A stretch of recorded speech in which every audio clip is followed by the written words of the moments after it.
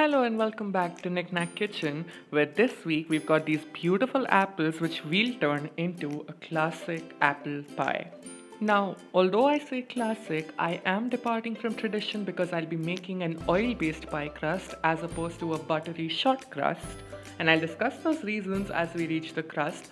But without further ado, let's get into this video. So to make the apple filling, we need some apples, and here I just have a little demonstration of how I like to slice my apples.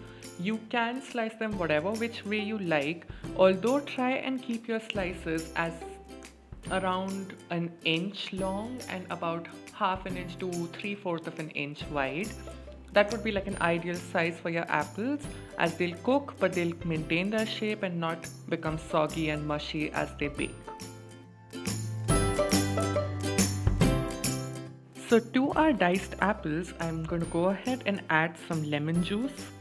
I'll also add some cinnamon, which is the primary spice in this recipe. But along with that, I also like to add a little bit of nutmeg.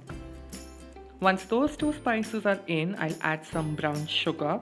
I love brown sugar. However, if you don't have brown sugar, you can just use white sugar. I use in total 125 grams. So you can use whichever combination of sugar you like. Now we're just going to mix this by hand because that's the easiest way of ensuring that all of your apples are evenly coated. And as you're mixing, you'll notice that the apples will start releasing their juices, and that's exactly what we want. So once the apples have been evenly coated in the sugar and spices, we'll let this sit for about an hour, and after that we'll cook our apple filling.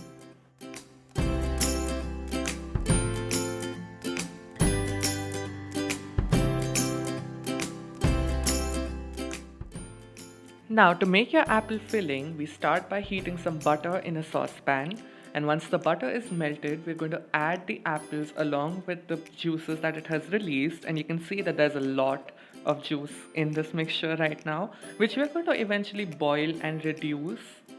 So once the apples start to boil, we're going to just add a little bit of corn flour to thicken the juices as well, and we'll mix that in until all of the corn flour is dissolved. So once our apples come to a rolling boil, we're just going to cover them with a lid and let this cook for about 5 minutes on medium-high heat. After that, we are just going to remove the lid and then cook this for another 2 minutes until the juices are thick and syrupy, and then we are ready with our filling, which we'll set aside to cool.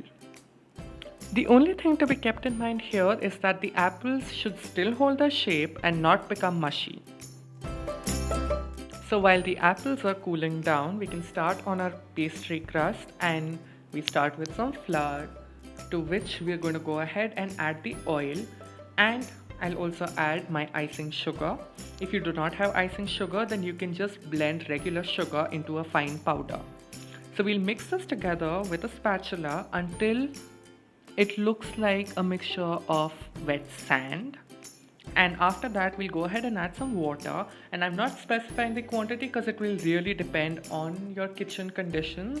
The humidity, the temperature, the kind of flour that you're using all have an impact on your pastry. But for a ballpark figure, you should ideally require at least 4 tablespoons, and it can go all the way till about 7 to 8 tablespoons as well. So here I'm mixing my pastry by hand because that's the easiest way of getting a feel for your dough. And we're not going to mix it too much. Keep in mind that we're not looking to develop gluten here. We're only mixing it until the dough comes together. The more you mix it, the tougher your pastry will be. So once it's come together, we're ready to roll this out. And one advantage over a buttery short crust is that you do not need to set this pastry aside to chill in the refrigerator. You can directly start rolling. So here I've divided my pastry into 2 halves, one for the base and one for the lattice top. So for the base, we're just going to start rolling the dough once we formed a ball. And the easiest way to do that is to use a piece of plastic wrap so that your rolling pin does not stick to your dough. And in case you don't have a pastry mat, then you can just roll the dough out between 2 layers of plastic wrap. Now, I love using this particular recipe because it is perfect for any humid kitchen like mine. And once we've rolled out the dough to the size of our tart pan, we can roll this up easily on our rolling pin and then transfer it onto our pie tin.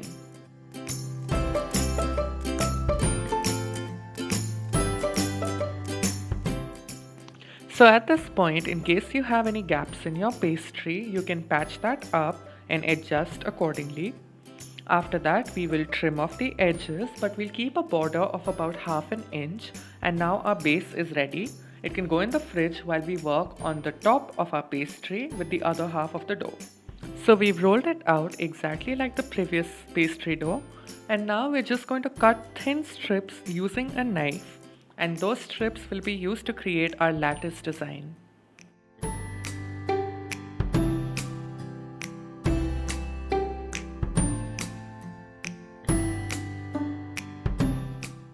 So now we're finally ready to assemble our pie, and here I have the pastry out of the fridge and I'm adding the apple pie filling, which has cooled down to room temperature, and you just have to ensure that you spread it out evenly so that the top remains even.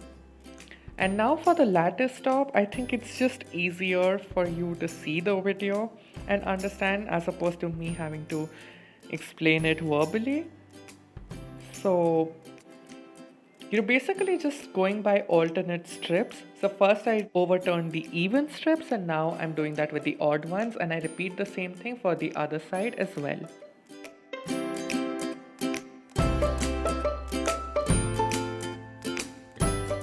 So once all your strips have been laid out, just trim off the excess using the scissors.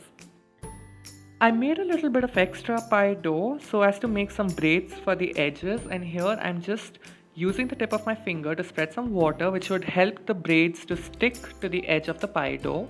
And I have a short little clip for you to see how to make the braids. You just need thinner strips about ½ centimeter.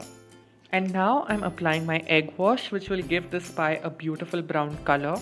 Now if you are vegetarian and do not consume egg, then I have alternatives for an egg wash in the description. And now to top off our pastry, I am adding a little bit of cinnamon sugar, which will just give it an extra layer of detailing. Now the pie is ready to be baked in the oven.